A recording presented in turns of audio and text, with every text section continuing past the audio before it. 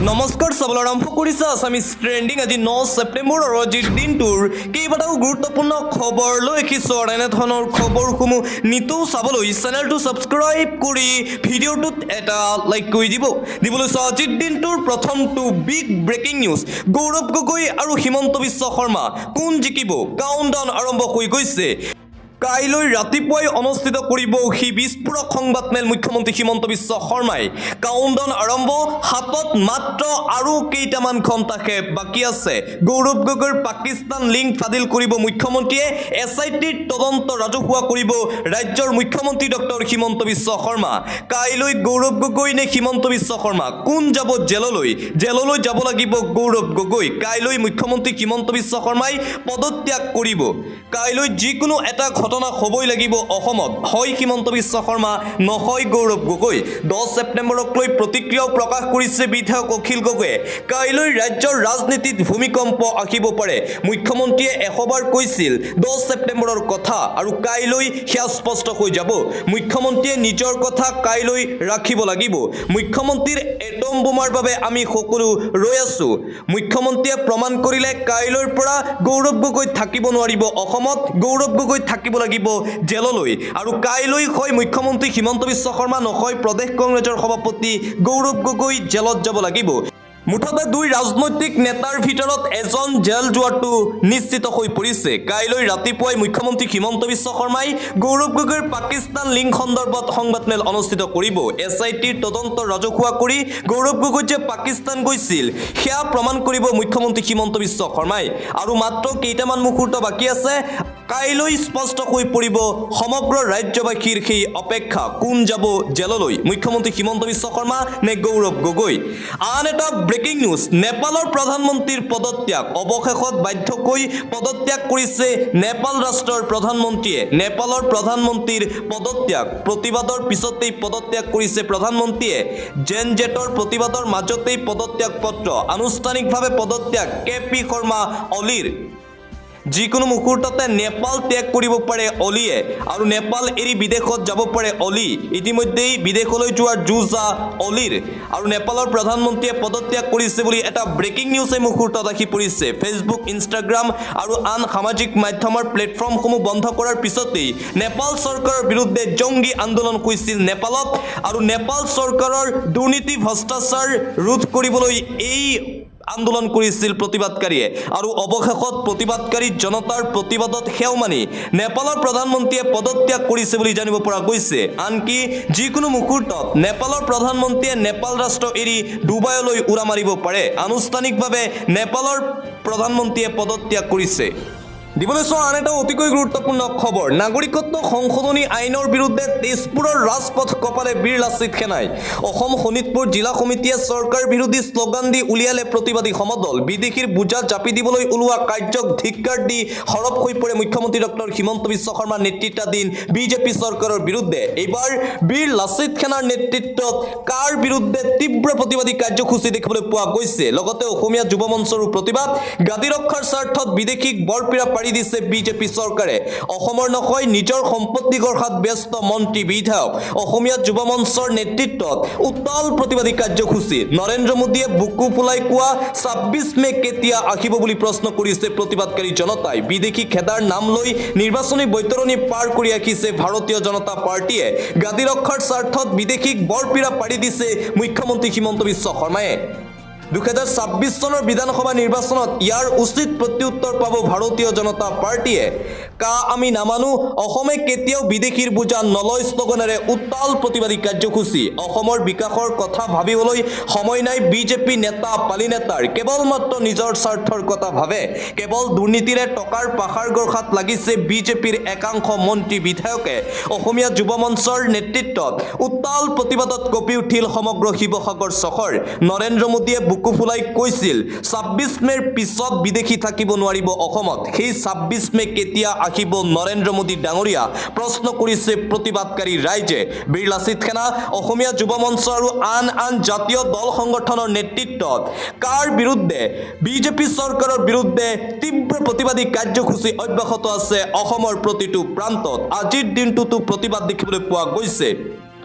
অন্য এটা খবৰ বীৰ লাচিত সেনালৈ পুনৰ উভতিল শৃংখল চলিহা এমাহৰ বিশ্ৰাম সামৰি আজিৰে পৰা আকৌ আৰম্ভ হ'ব গৰ্জন পুনৰবাৰ মিয়াৰ বিৰুদ্ধে সৰব হৈ পৰিব বীৰ লাচিত সেনাৰ নেতা শৃংখল চলিহা এমাহৰ বাবে ছুটিত আছিল বীৰ লাচিত সেনাৰ নেতা শৃংখল আৰু অৱশেষত বীৰ লাচিত সেনালৈ পুনৰ উভতি আহিল বীৰ লাচিত সেনাৰ সৈনিক শৃংখল চলিহা ৰন্টুপানী ফুকনে সামাজিক মাধ্যমত পোষ্ট কৰি এই কথা ঘোষণা কৰিছে প্ৰয়োজনীয় এমহীয়া সামূহিক বিশ্ৰামৰ অন্তত আজিৰে পৰা পুনৰ সাংগঠনিকভাৱে বীৰ লাচিত সেনা অসমৰ অপ্ৰতিৰোধ সত্তাটোক আগবঢ়াই নিব শৃংখলে ভুল ত্ৰুটিৰ মাজেৰে জীৱন পৰিচালিত গতিকে গঠনমূলক দৃষ্টিভংগীৰে ৰাইজে সময়ে সময়ে দায়িত্ব আৰু দায়বদ্ধতা সোঁৱৰাই দিব অযথা সমালোচনাৰে আসুৰিক তৃপ্তি লাভ কৰা সকল সময়ে কয় তেখেতসকল আনৰটো বাদেই নিজৰ বাবেও অত্যন্ত বিপজ্জনক সংগঠনৰ প্ৰতি ৰাইজৰ প্ৰতি সমৰ্পিত মনোভাৱ আমাৰ যাত্ৰাপথৰ সাহস আৰু আত্মবিশ্বাস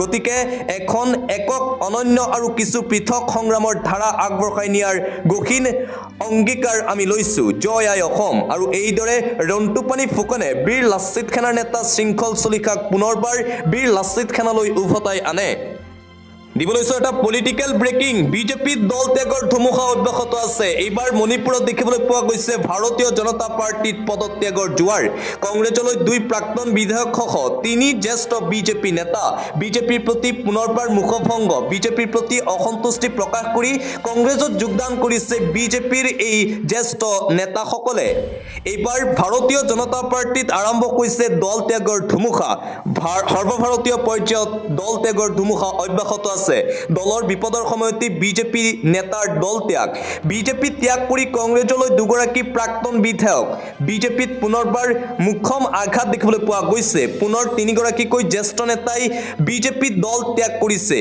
দল ত্যাগী বিজেপি নেতা কৰ্মীৰ কংগ্ৰেছত আনুষ্ঠানিকভাৱে যোগদান মণিপুৰত অধিক সংকটত ৰাষ্ট্ৰীয় দল ভাৰতীয় জনতা পাৰ্টি মণিপুৰত এক প্ৰকাৰ নাইকিয়া হ'বলৈ ধৰিছে বিজেপিৰ প্ৰতি মুখভংগ হৈ কংগ্ৰেছত যোগদান বিজেপি নেতাকেইজনৰ দুগৰাকী প্ৰাক্তন বিধায়কসহ মণিপুৰৰ তিনি বিজেপি নেতাৰ কংগ্ৰেছ দলত যোগদান কংগ্ৰেছত যোগদান দুই প্ৰাক্তন বিধায়ক ৱাই শৰণচন্দ্ৰ সিং এল ৰাধাকিশোৰ সিঙৰ দলৰ জ্যেষ্ঠ নেতা উত্তম কুমাৰ নিংথৌজামৰ পৰৱৰ্তী খবৰ অকল মিয়াৰ ওপৰত দাদাগিৰি কিয় 50 লাখ হিন্দু বাংলাদেশী সোমালে এতিয়া মনে মনে আছে জাতীয় দল সংগঠনৰ নেতাসকল এবাৰ উজনি অসমৰ জাতীয় দল সংগঠনৰ নেতাক উভতি ধৰিছে এজন যুৱকে অকল মিয়াৰ ওপৰতে কিয় দাদাগিৰি মিয়াৰ বাহিৰে অন্য লোকৰ ওপৰত কিয় দাদাগিৰি দেখুৱাব নোৱাৰে জাতীয় সংগঠনৰ নেতাই সংগঠনৰ পৰা খেদা খোৱা একাংশই এইবোৰ কৰি আহিছে সমগ্ৰ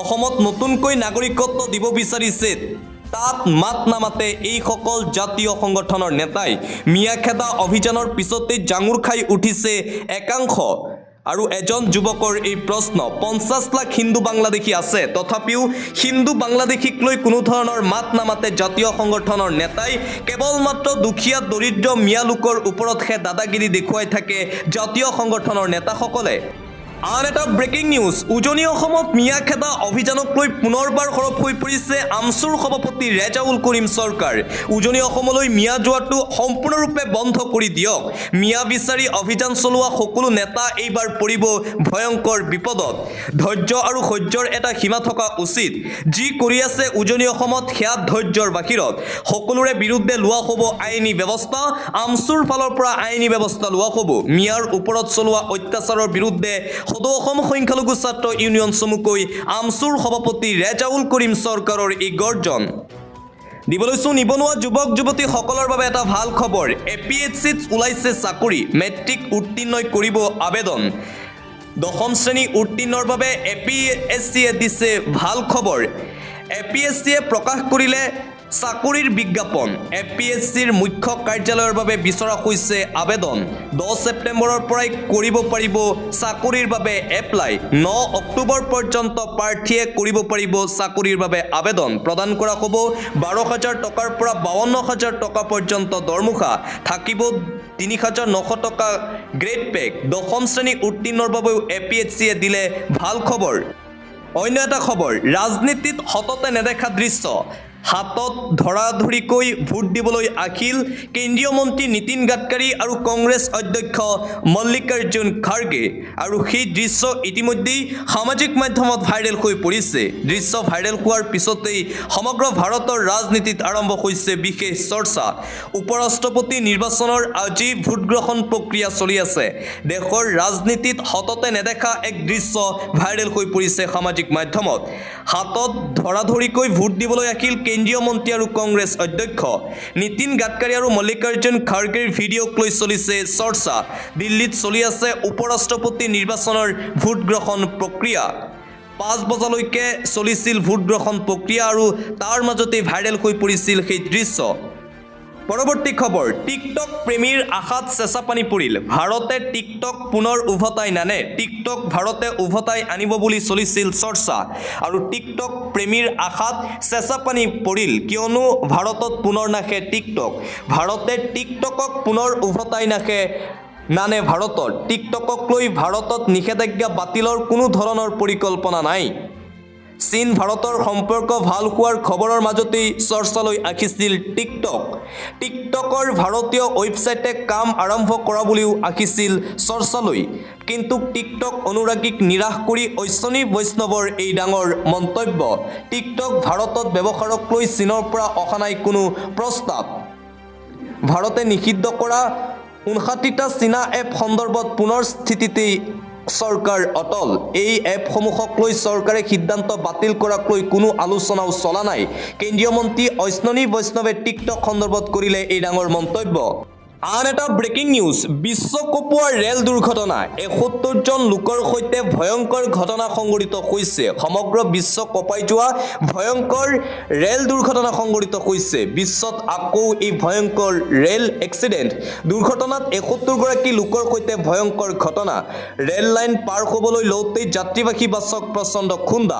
কেইবা কিলোমিটাৰ পৰ্যন্ত যাত্ৰীবাহী বাছক মহতিয়ালে। এই পৰ্যন্ত 7 মহিলাকে ধৰি 10 যাত্ৰীৰ মৃত্যুৰ কথা জানিব পৰা গৈছে। 61গৰাকী যাত্ৰীৰ অৱস্থা অতি সংকটজনক। আহতসকলক জৰুৰী চিকিৎসা প্ৰদান কৰা হৈছে। চেণ্ট্ৰেল মেক্সিকোত সংঘটিত হৈছে বিশ্ব কঁপাই যোৱা এই শোকাবহ ৰেল দুৰ্ঘটনা। CCTV কেমেৰাত বন্দী শিহৰণকাৰী দৃশ্য। আন এটা গুৰুত্বপূৰ্ণ খবৰ, ডবকাত এতিয়া হাহাকাৰ। বেদখলকাৰী ৰাইজৰ মাজত এতিয়া কান্দোন দেখিবলৈ পোৱা গৈছে, কিয়নো ডবকাত উচ্ছেদ চলাবলৈ সম্পূৰ্ণৰূপে প্ৰস্তুতি শেষ কৰিছে আৰক্ষী প্ৰশাসনে। এইবাৰ ডবকাত চলিব ৰাজ্য চৰকাৰৰ সৰ্ববৃহৎ উচ্ছেদ অভিযান। ভয়ংকৰ বেদখলৰ কবলত আছিল হোজাইৰ ডবকা অঞ্চল। যিকোনো মুহূৰ্তত প্ৰায় 1000 বিঘা মাটিত চলিব উচ্ছেদ অভিযান। ঘৰে ঘৰে চলিছে বন বিভাগৰ জৰীপ আৰু প্ৰশাসনৰ প্ৰস্তুতি দেখি এতিয়া বেদখলকাৰী ৰাইজৰ মাজত হাহাকাৰ। বেদখলকাৰী ৰাইজৰ মাজত কেৱল কান্দোন দেখিবলৈ পোৱা গৈছে। যিকোনো মুহূৰ্ততেই ডবকাত চলিব প্ৰশাসনৰ উচ্ছেদ অভিযান। দিবলৈছো অন্য এটা খবৰ, হিন্দু মহিলাৰ সৈতে ভয়ংকৰ কাণ্ড কৰি হত্যা। আৰক্ষীৰ জালত লম্পট আবুল আলী। ৰাজ্য কঁপাই যোৱা পুনৰবাৰ ভয়ংকৰ ঘটনা সংঘটিত হৈছে। পুনৰ চাঞ্চল্যকৰ ঘটনা সংঘটিত হৈছে ৰাজ্যত। ৰাজু নাম লৈ আবুল আলীয়ে হিন্দু মহিলাৰ সৈতে কৰিলে ভয়ংকৰ ঘটনা। নিকৃষ্ট কাণ্ড কৰি হিন্দু মহিলাক নিশেষ কৰি দিলে আবুলে। কেৰেলাৰ পৰা কলিয়াবৰ আৰক্ষীয়ে গ্ৰেপ্তাৰ কৰিলে আবুল আলীক। 18 দিনৰ অভিযানৰ অন্তত গ্ৰেপ্তাৰ পলাতক আবুল আলী। 21 আগষ্টৰ নিশাই ঘটিছিল গাৰ নোম শিয়ৰি উঠা ঘটনা। 22 তাৰিখে পথৰ কাষত উদ্ধাৰ হৈছিল হিন্দু মহিলাৰ নিথৰদেহ। নিজকে ৰাজু গঞ্জু বুলি পৰিচয় দি আবুলে চলাইছিল নিৰ্যাতন। ৰাজু নাম লৈ আবুল আলীয়ে হিন্দু মহিলাৰ সৈতে কৰিছিল সেই ভয়ংকৰ ঘটনা। সমগ্ৰ ৰাজ্য কঁপাই যোৱা নিকৃষ্ট কাণ্ড সংঘটিত হৈছে।